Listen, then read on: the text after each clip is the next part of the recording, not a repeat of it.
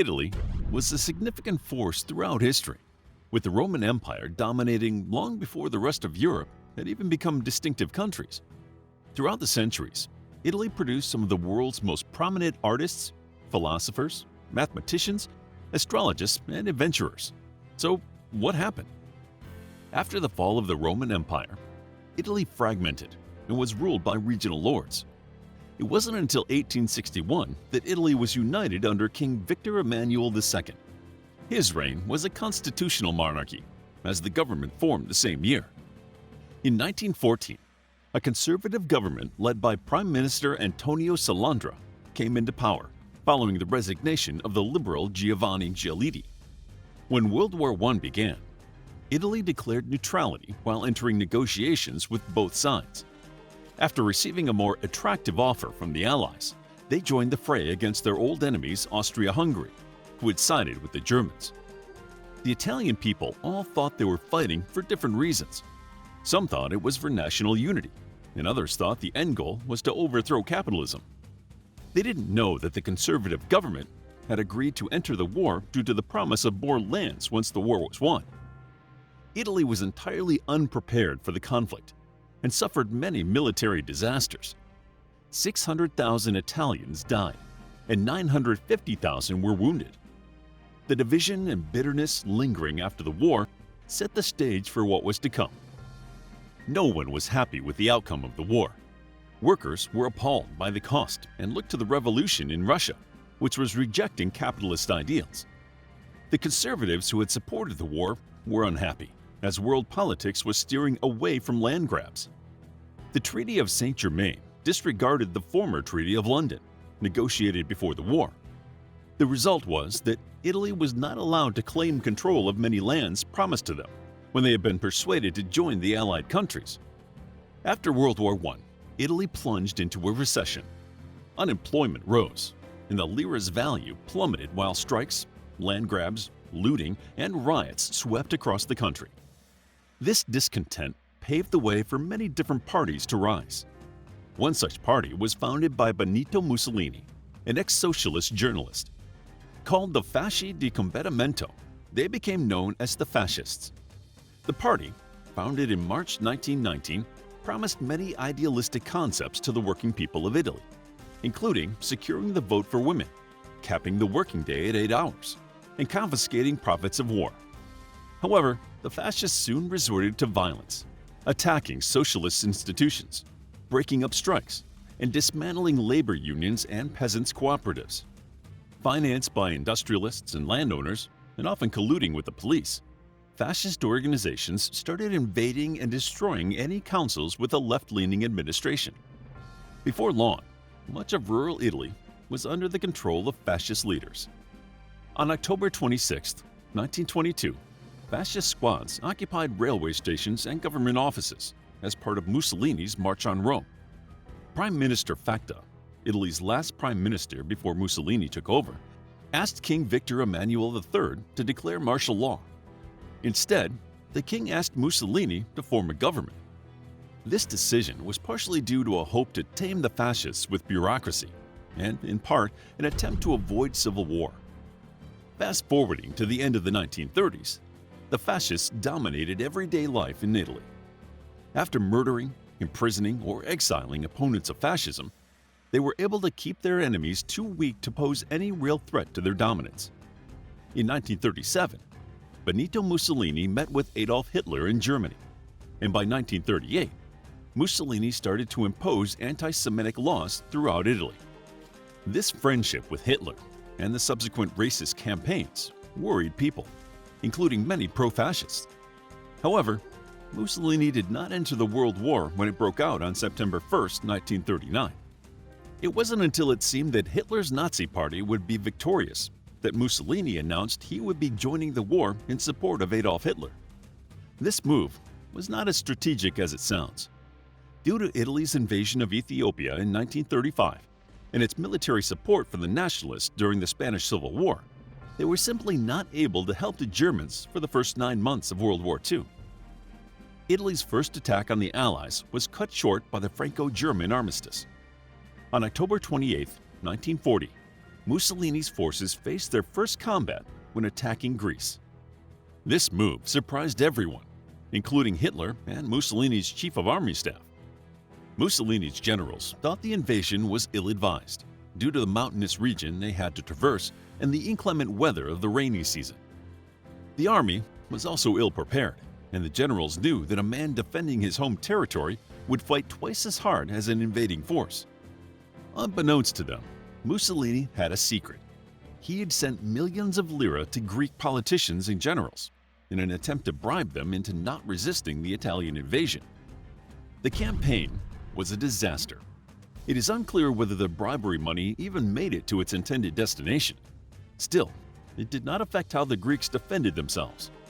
The invaders were pushed back into Italian-ruled Albania after just 1 week. Mussolini's situation was worsened because the British had crippled half of his fleet in Taranto. This defeat forced the Germans to come to Italy's aid. However, Hitler denounced Mussolini's actions as a major strategic blunder, insisting that he should have concentrated his efforts in North Africa. Ethiopia had been under Italian rule since 1936, although the Ethiopians never stopped rebelling. Its proximity to the Suez Canal meant that the Allies feared that an attack on this critical route was imminent. After several Italian defeats at the hands of the Allied forces, including British, New Zealand, Indian, and Australian troops, the Italians were losing ground and once again had to call on the Germans for help. In January 1942, General Erwin Rommel led forces in a new drive along the North African coast. But the German-Italian army was eventually defeated at the Second Battle of El Alamein. The Axis powers suffered over 5 times the number of losses as the Allies, if one takes the highest estimates for casualties and captured soldiers, and it was another strike against Mussolini. It wasn't always the Germans coming to the aid of the Italians. During the summer of 1941, the Italian and German troops marched confidently across Russia. The two armies didn't exactly get along, and many Italians did not really believe in the cause for which they were fighting. By the summer of 1942, roughly 250,000 Italian troops had been sent to Russia to help the German invasion. Nearly half of these Italian soldiers would never make it home.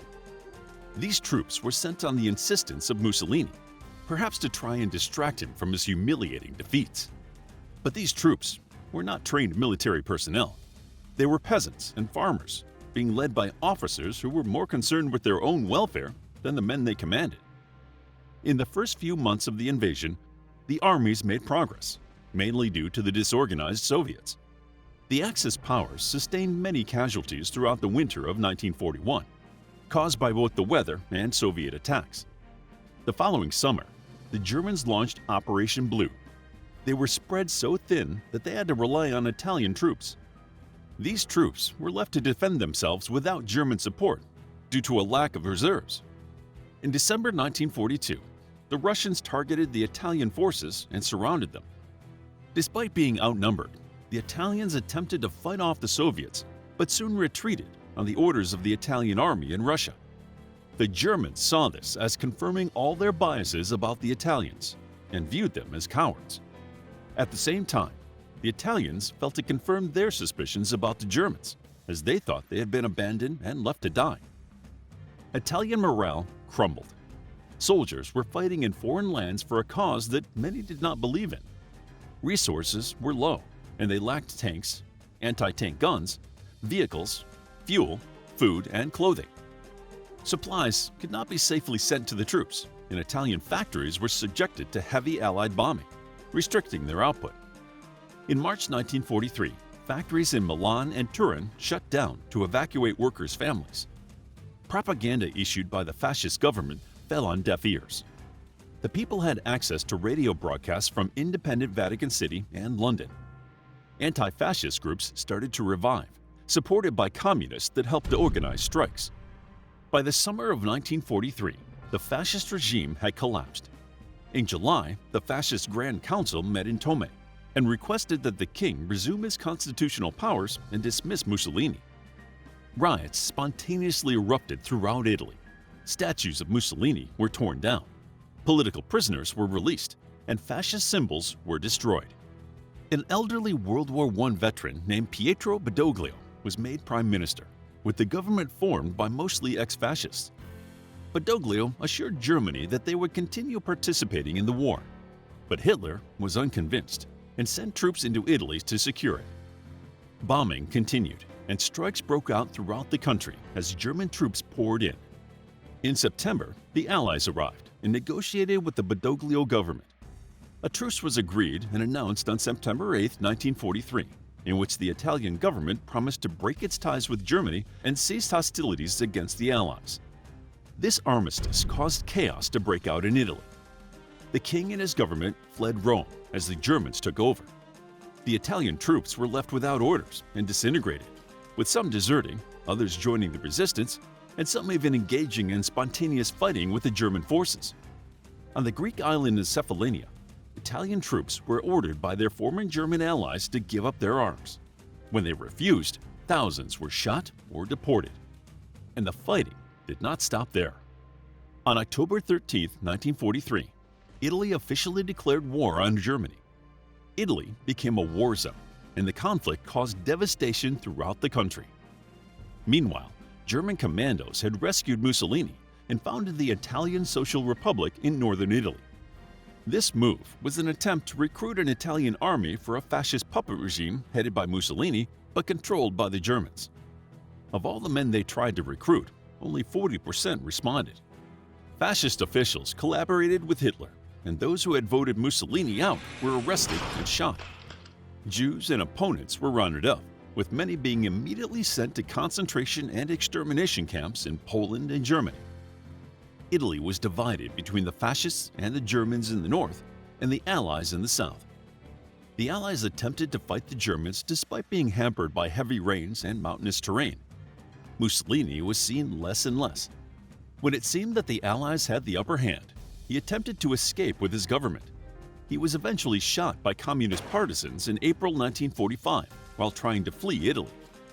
The aftermath of this disastrous war was that fascism was purged from Italy, with up to 15,000 fascist supporters purged or killed.